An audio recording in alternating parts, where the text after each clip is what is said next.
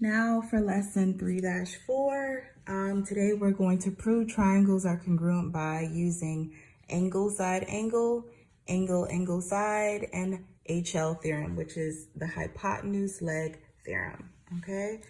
Again, you're on your own for the problem of the day. I will review it in the next video, all right, as well as the opening exercise.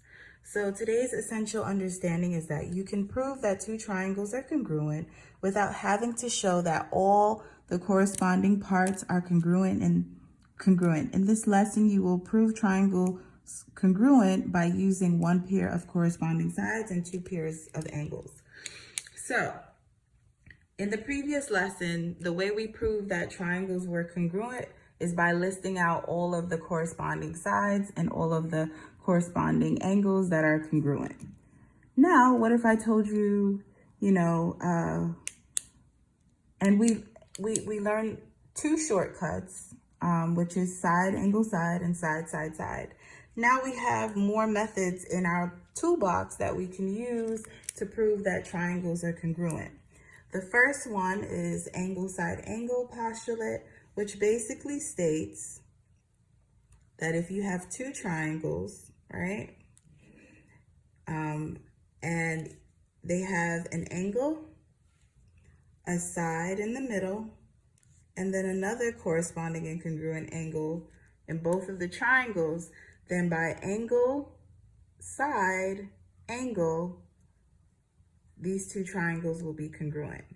So again, if you have one triangle with an angle that is corresponding and congruent to another angle and a side in the middle that is corresponding and congruent, and then lastly, a second angle that is corresponding and congruent in this order, angle, side, angle, angle, side, angle, then by ASA, the two triangles will be congruent. So again, you're looking for an angle, an included side, which it means that it's in the middle, and another angle to prove that the two triangles are congruent. So again, the illustration is an angle, included side, which is in between the two corresponding angles, and then another angle, okay? So once you spot these two angles and an included side, you know that you can prove that the triangles are congruent by angle, side, angle. The second is a theorem. It's called angle, angle, side. So instead of that side being included or in the middle, it's actually consecutive. So you're going to find an angle that is corresponding and congruent to another angle, and then another angle, that's the second angle that is corresponding and congruent to another angle in another triangle, and then you have a side. It's not in the middle. So therefore you have angle, angle, angle, side, angle, angle, side. So by angle, angle, side, those two triangles are congruent. Here's another illustration that's a little bit better than that one. So this is what you're looking for. If you have two triangles, you have one angle corresponding and congruent to the other triangle, another angle corresponding and congruent, and then a side. Notice the side is not in between the two angles like angle, side, angle. You're literally looking for an angle, another angle, and then a side. Angle, angle, and another side. With angle, side, angle, you're looking for an angle, a side, and then an angle. Angle, side, and then an angle, all right? So if it helps you, you can write it out so that you know that you're selecting the correct postulate or theorem. All right, and the last theorem that we're going to learn about is the hypotenuse leg theorem. And note that this only applies to right triangles, okay? It only applies to right triangles. So just to refresh your memory, what are the parts of a right triangle? So this is a right triangle. It must have a 90-degree angle in order to be a right triangle. opposite from the right angle is the longest side of the triangle, which is called your hypotenuse. And then the other two sides are considered to be your legs. Okay? Now, if we have, according to this theorem, if we have two right triangles, right? And the hypotenuses, which is the longer side, are corresponding and congruent, and a leg is also corresponding and congruent. Any one of the legs could be corresponding and congruent. Then by HL theorem, these two triangles are congruent to each other.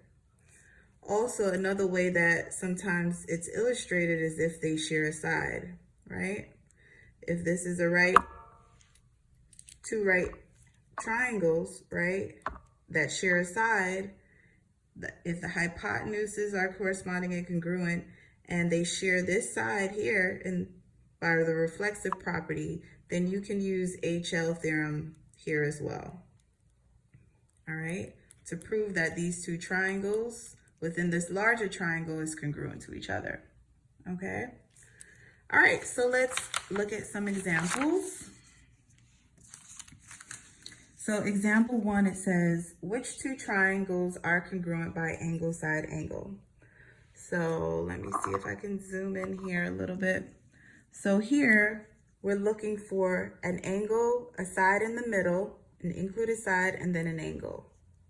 Okay? All right, so let's look at the triangles. Do I have an angle? Do I have a side in the middle? Do I have another angle? So yes, I do. So we're going to say this one is one option. Let's look at this triangle. Do I have an angle, a side in the middle, and then another angle? No, this side is on the other side. So no, I can't use that one. Let's look at this one. Angle, a side in the middle, and then an angle. So yes, these two triangles can be proven congruent by angle, side, angle. So, and it says to explain. So now I'm gonna write my explanation. So I'm gonna say that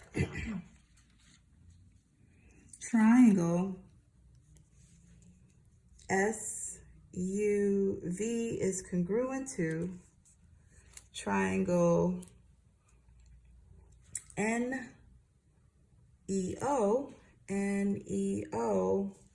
by angle, side, angle, because, okay, the definition, always refer back to the definition. So the definition states here that if two angles and an included side of one triangle are congruent to two angles and the included side of another triangle, then the two triangles are congruent. So that's what I'm going to put as my explanation. Because if two angles and an included side are corresponding and congruent to two angles and an included side of another triangle,